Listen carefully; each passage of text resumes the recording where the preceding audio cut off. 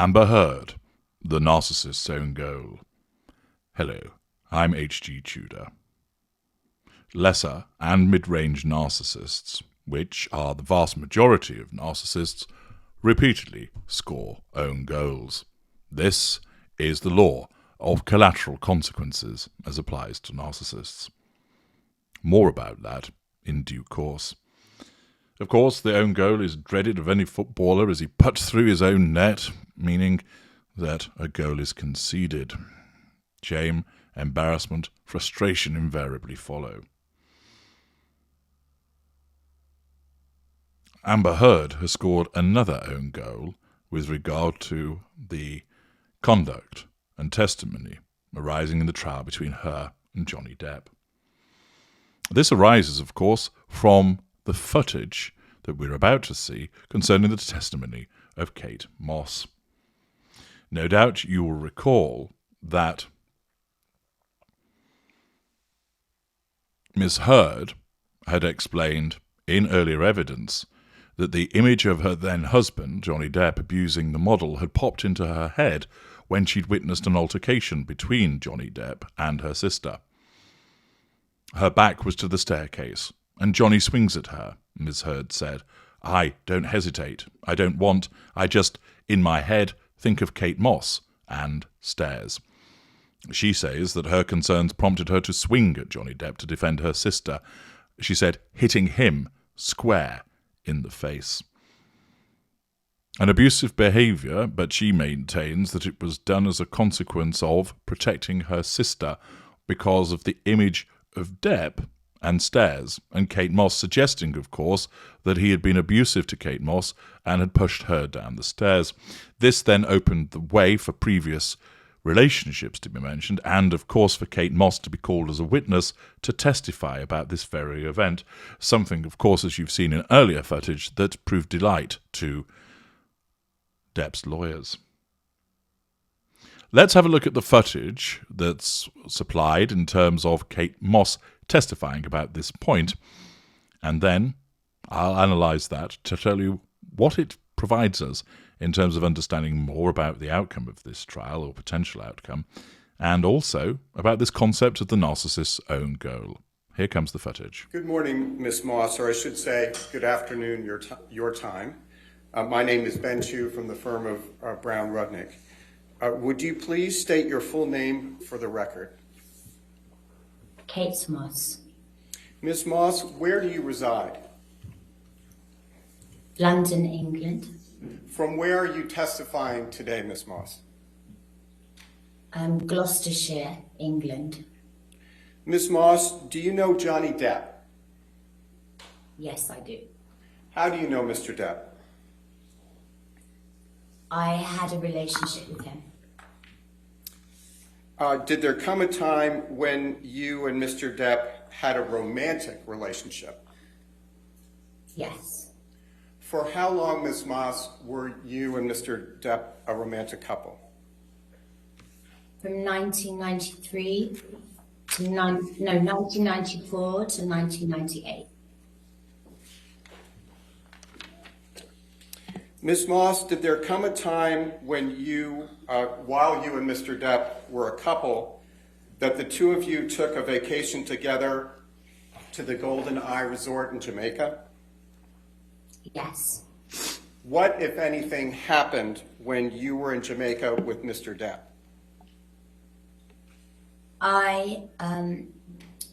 We were leaving the room, and Johnny left the room before I did, and there had been a rainstorm, and as I left the room, I slid down the stairs, and I hurt my back. How did you... And I apologize, Ms. Moss. Please continue. And I screamed because I was because I didn't know what had happened to me, and I was in pain. And he came running back to help me and carried me to my room and got me medical attention. Did Mr. Depp push you in any way down the stairs? No. During the course of your relationship, did he ever push you down any stairs? No, he never pushed me, kicked me, or threw me down any stairs. Ms. Moss, have you ever before today testified in any kind of court proceeding? No, I have never. Why did you decide to testify today? Objection, Your Honor. All right. That's beyond the scope of what we just talked about. All right. I'll sustain the objection. Thank you, Ms. Moss. We have nothing further at this time. We greatly appreciate your taking the time to testify. In her testimony, Kate Moss states, "As I left the room, I slid down the stairs and I hurt my back. And I screamed because I didn't know what happened to me and I was in pain.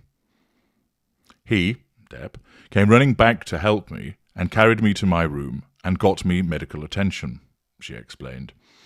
This was when they were on a holiday together and there'd been a rainstorm, which presumably made the stairs slippery, which was the reason why she slipped. She demonstrates that it was nothing to do with Depp, and also the fact that he came running back to help her and carried her to the room, demonstrating, as we know, as the finding of what he is, that he exhibited emotional empathy towards her. Were he a narcissist, this would just be false compassion and the veneer of caring, cognitive empathy in action, but since we've established, through my detailed analysis of what Depp is, that he's narcissistic, but not a narcissist, he does have limited emotional empathy, which is demonstrated here in his care and compassion for Kate Moss at that time.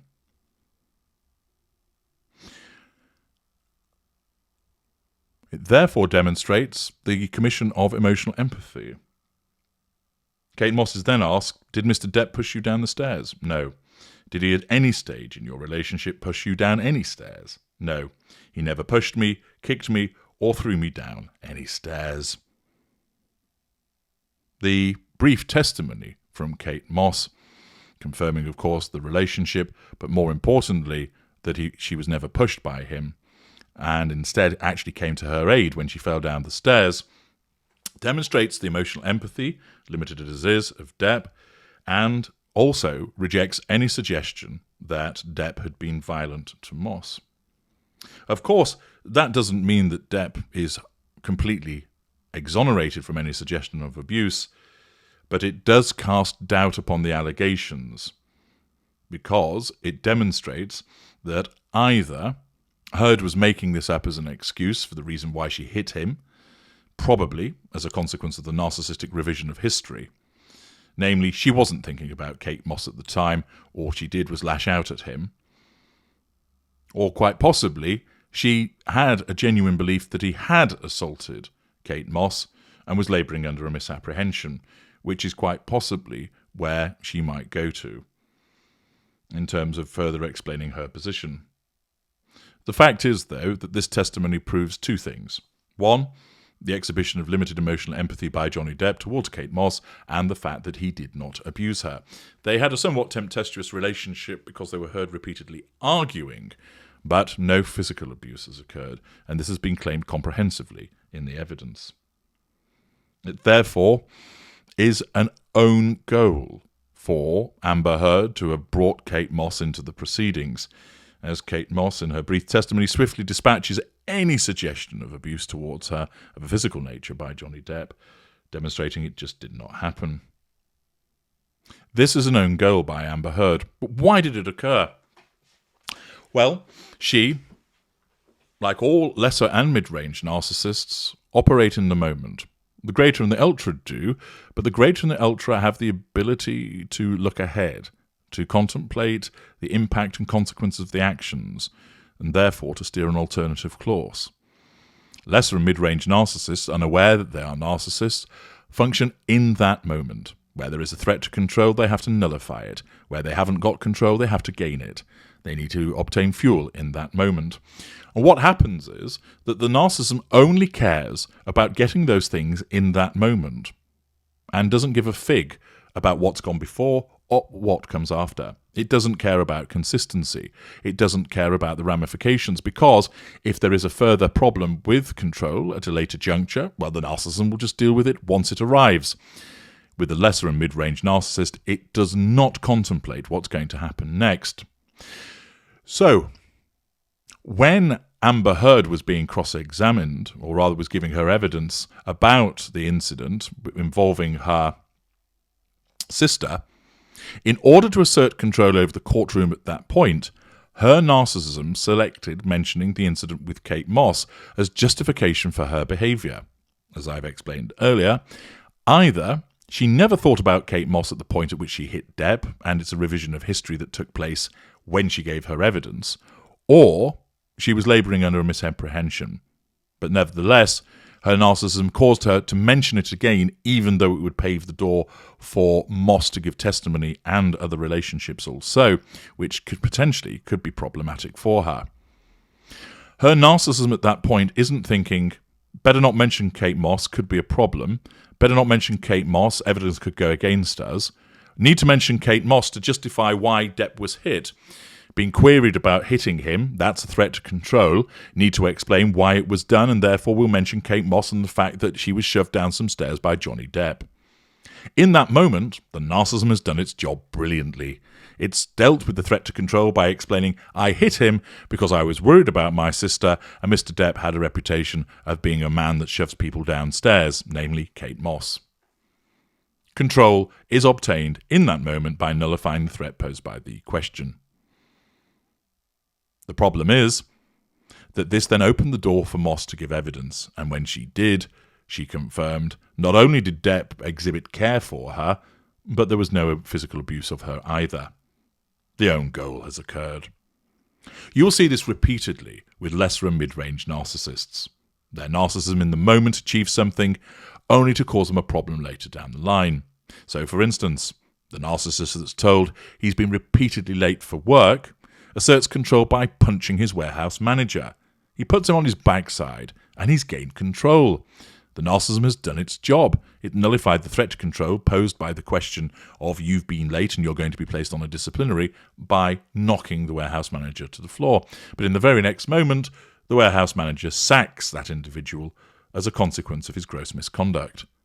The narcissism wasn't thinking about the consequences of the punch because this is a middle lesser narcissist in this example. This is why, when the narcissist tells a lie that they believe to be their truth, they end up often tying themselves in knots, particularly the mid-rangers, because they just will not shut up. They keep talking, coming out with more and more convoluted explanations. And then, where an experienced advocate, or even somebody reasonably savvy who is dealing with them, points out the inconsistency, their narcissism doesn't go, oh yes, you're right, sorry. It then attempts to tell another lie in order to assert control to nullify the threat posed to control by what they'd done just moments before. And so it goes on, resulting in word salad circular conversations, but moreover, demonstrating the hypocrisy, the contrarian behaviours, and the downright inconsistent behaviour of the narcissist. That is why, when you're dealing with lesser and mid-range narcissists, if you have to deal with them, I always explain to you that you should give the narcissist enough rope. And if you haven't watched that video, give the narcissist enough rope, you really need to do so. It's critical for your knowledge. Here, we see an excellent example of the narcissist's own goal, undertaken by Amber Heard as her narcissism sought to assert control when she was being questioned about the incident involving the assault on Mr. Depp and the situation involving her sister. It nullified that threat to control. It asserted control only to create a problem to come further down the line, but at that point the narcissism simply didn't care. And a narcissist like Heard, this happens repeatedly. And this is why lesser and mid-range narcissists invariably end up with chaotic relationships, chaotic work situations, finances up and down, difficulties with family and friends, because the narcissism is absolutely brilliant at getting the control, but everything else is up for grabs and basically can go to hell in a handcart so long as those prime aims are achieved. I'm H.G. Tudor. Thank you for listening.